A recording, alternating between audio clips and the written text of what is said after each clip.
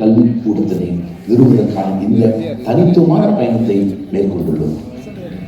நம்முடைய உத்வேகம் இந்த நிறுவனத்தை கட்டியெழுப்புதல் மற்றும் தேசத்தை கட்டியெழுப்புதல் போன்ற சில அடிப்படை கருத்துக்களில் பங்களிப்பதற்கான நமது முயற்சியை என்று கூறலாம். பல ஆண்டுகளுக்கு முன்பு நமது வேந்தரும் கொடையாளர்களான திரு நவீன் ஜிந்தல் நம் தேசிய கொடியை ஒரு சாதாரண இந்தியனும் பறக்க விடுவதற்கான உரிமைக்காக போராடினார். இந்த தேசிய கொடியின் பயன்பாட்டை ஜனநாயகமயமாக்க வழிவகுத்தது. இதன் காரணமாக சாதாரண இந்தியர்கள் இப்போது தேசிய கொடியை பெருமையுடன் ஏற்க முடிகிறது. இந்தியாவின் முதல் அரசியலமைப்பு சட்ட அருங்காட்சியகத்தில் 5 முக்கிய நோக்கங்களை நாம் முன்னெடுத்து வருகின்றோம். முதலாவதாக, அரசியலமைப்பு சட்ட அருங்காட்சியகத்தின் பார்வையில் அரசியலமைப்பு சட்டத்திற்கு மரியாதை செலுத்துவதுடன் அதை ஒரு நிறுவனமாக கருதி அதன் பாரம்பரியத்திற்கு பங்களிப்பதாகும். இரண்டாவதாக, அரசியலமைப்பு சட்டம் நமது அடிப்படை நிறுவன ஆவணம் மட்டுமல்லாது நமது கடந்த காலம், நிகழ்காலம் மற்றும் எதிர்காலம் ஆகியவற்றுடன் நமது இணைப்பு என்பதை இந்தியாவில் உள்ள ஒவ்வொருவரும் அங்கீகரிக்க வேண்டிய குடிமை கல்வியின் யோசனைகளை நாங்கள் முன்னெடுக்க விரும்புகிறோம். மூன்றாவதாக, அரசியலமைப்புக்கான அணுகல் ஜனநாயகமயமாக்கமாக இருப்பதை உறுதி செய்ய விரும்புகிறோம்.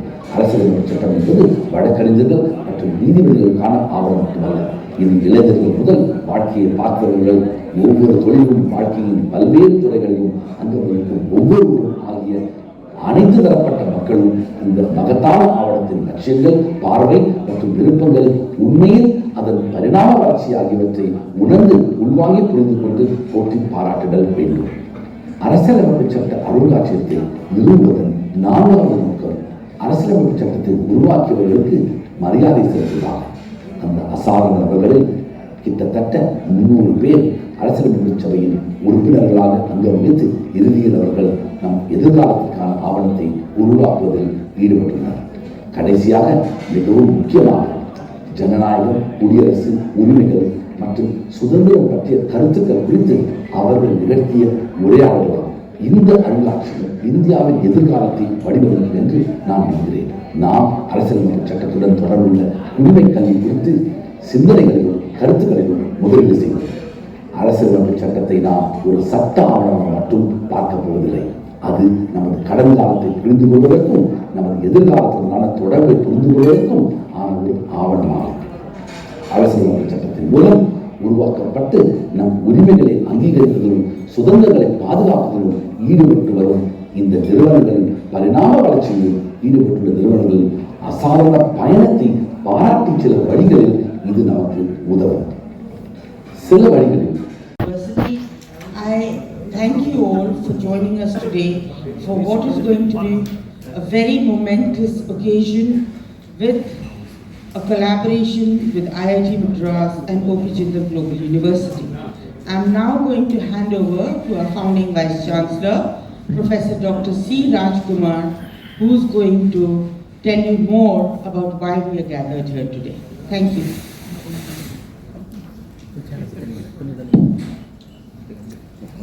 Very good afternoon to all of you. I would like to say that we are very, very excited to announce obviously the collaboration between Jindal Global University, Sonipat, Haryana and the Indian Institute of Technology, Madras, IIT Madras. But the details of the collaboration is more interesting and more important. First of all, I want to give you a background of why we have been able to build this collaboration.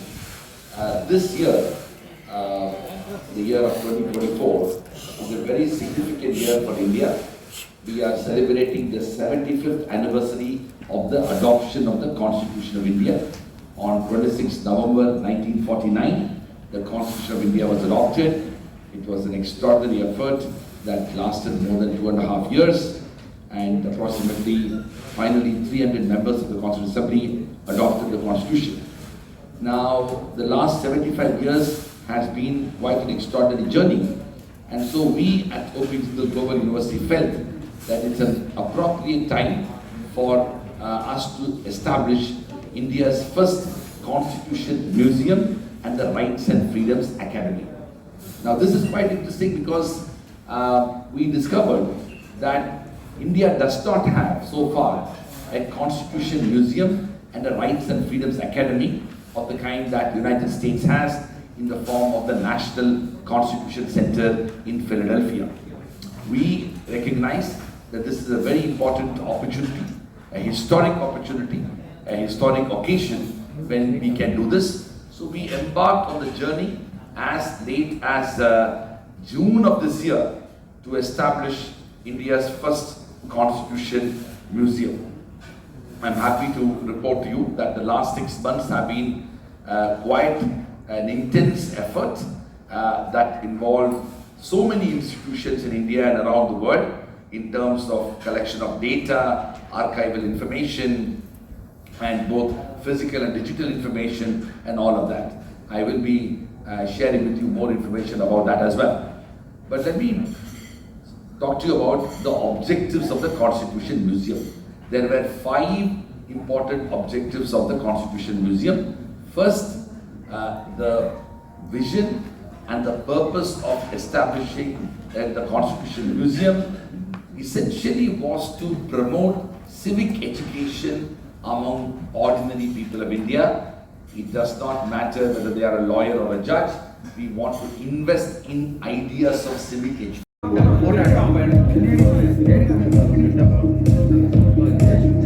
Just breathe every day.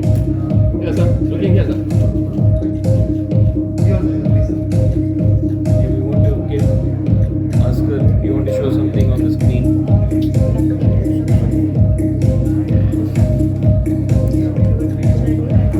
No, something for a photograph here. Sure, don't have a laptop. We have the interface, right? On the Wi-Fi. Sir, look here, sir. Today we are here in Chennai to announce the extraordinary collaboration between OP Jindal Global University, Sonipat, Haryana, which is an institution of eminence recognized by the Government of India, and the Indian Institute of Technology, Madras, which is also an institution of eminence. This collaboration is part of an effort that we have undertaken at Jindal Global University. We are establishing India's first Constitution Museum, which will be inaugurated in the next few days as a mark of commemoration of the 75th anniversary of the adoption of the Constitution of India. On 26 November 1949, we adopted the Constitution, and this year we are celebrating the 75th anniversary. But we also thought that we should do something unique, recognizing the extraordinary evolution of Indian Constitution, but also India's commitment to both tradition and modernity. So what we thought was, we should, while we are building this museum, which is more a traditional, historical, and very much in terms of collecting our history, we thought we should do something quite modern in it. And that's how we collaborated with the IIT Madras, where we have today launched India's first robotic museum tour guide. This robotic museum tour guide, which is called Samvid, which is the Samvidhan word is about the Constitution, so we are calling this robot as Samvid. That has been created by a very fantastic collaboration, largely led by the IIT Madras students who specialize in robotics, with the students of OP Jindal Global University who help them on the design side. This effort is the IIT Madras students' effort, where they have been able to create Samvid. This will be a tour guide in the Constitution Museum. We are very delighted that we have been able to launch the robot here in the city of Chennai. What's the future plan of this? Further next plan? So the next plan is that after we inaugurate the Constitution Museum, Mr. Om Birla, the Honorable Speaker of Lok Sabha, will be inaugurating the Constitution Museum along with Mr. Naveen Jindal, our Chancellor of OP Jindal Global University and Member of Parliament, on 23rd November. And after which we will be able to open the museum to the world at large. This museum is going to be available for public to also come and experience the museum. We invite you as journalists as well as others you can register online and book yourself. There are no charges involved in access to the museum. We want to keep the museum democratic and accessible and inclusive, and that's why we have kept it available for public at large. But because the museum is located inside the university campus, you obviously need to book prior before you actually come to the museum.